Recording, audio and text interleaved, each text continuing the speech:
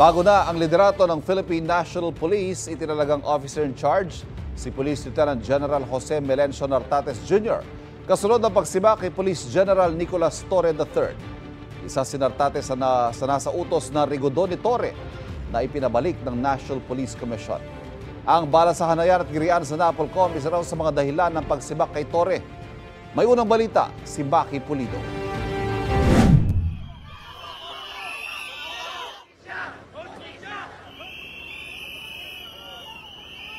Ilang araw nagtagal bago tuluyang masilbihan ng warrant of arrest si Kingdom of Jesus Christ founder Pastor Apollo Kibuloy noong nakaraang taon. You have the right to remain silent. Si Nicolas Torre III, na hepe noon ng Police Regional Office 11 ang namuno sa operasyon. Marso naman ngayong taon bilang hepe ng CIDG, pinangunahan din ni Torre ang pagsisilbi ng arrest warrant mula sa International Criminal Court o ICC kay dating Pangulong Rodrigo Duterte. By virtue of the warrant of arrest issued by the ICC for crimes against humanity. Sir, you have the right to remain silent. Naging maugong ang pangalan ni Torre at mula sa pagiging 2-star general, lumundag sa pagka 4-star si Torre nang italagang ika-31 PNP chief. I would like to tell my people to give your best because kung hindi nyo kayang gawin, may ipapalit sa inyo. So everybody should be in their toes. Siya ang kauna-unahang graduate ng PNP Academy na umupong hepe ng pambansang pulisya.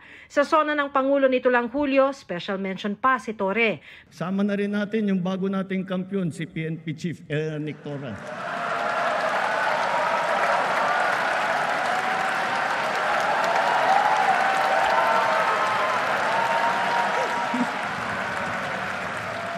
Pero matapos ang halos 3 buwang pamumuno, sinibak sa pwesto ang PNP chief. Effective immediately ang utos na nagtatanggal sa kanya sa pwesto na nilagdaan ni Pangulong Bongbong Marcos. Ayon kay DILG Secretary John Vic Remulla, isa sa mga dahilan ay ang girian sa pagitan ni Torre at ng National Police Commission o NAPOLCOM. Hinarang ng NAPOLCOM ang pagbalasa ni Torre sa ilang matataas na opisyal ng PNP. Kabilang na riyan si Police Lieutenant General Jose Nartates Jr. na nooy Deputy Chief for Administration, ikalawang pinakamataas na opisyal ng PNP. Sabi ng NAPOLCOM, hindi dumaan sa NAPOLCOM Bank na pinamumunuan ni Remulla ang ipinag-utos na Rigodon ni Torre.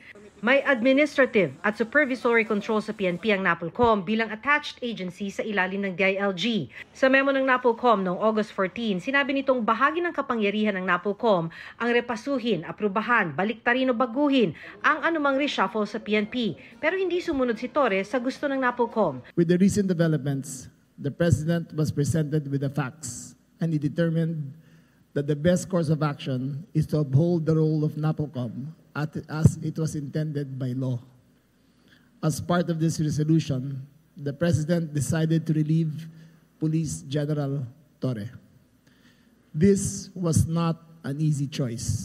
Sinabi noon ng NAPOLCOM sa memo, haharap sa administrative sanction ang hindi pagsunod sa kanilang utos. Pero paglilinaw ni Remulla, walang ihahaing kaso laban kay Torre, administratibo man o kriminal. He did not violate any laws. He has not been charged with any violations. He has not been charged criminally nor admissively.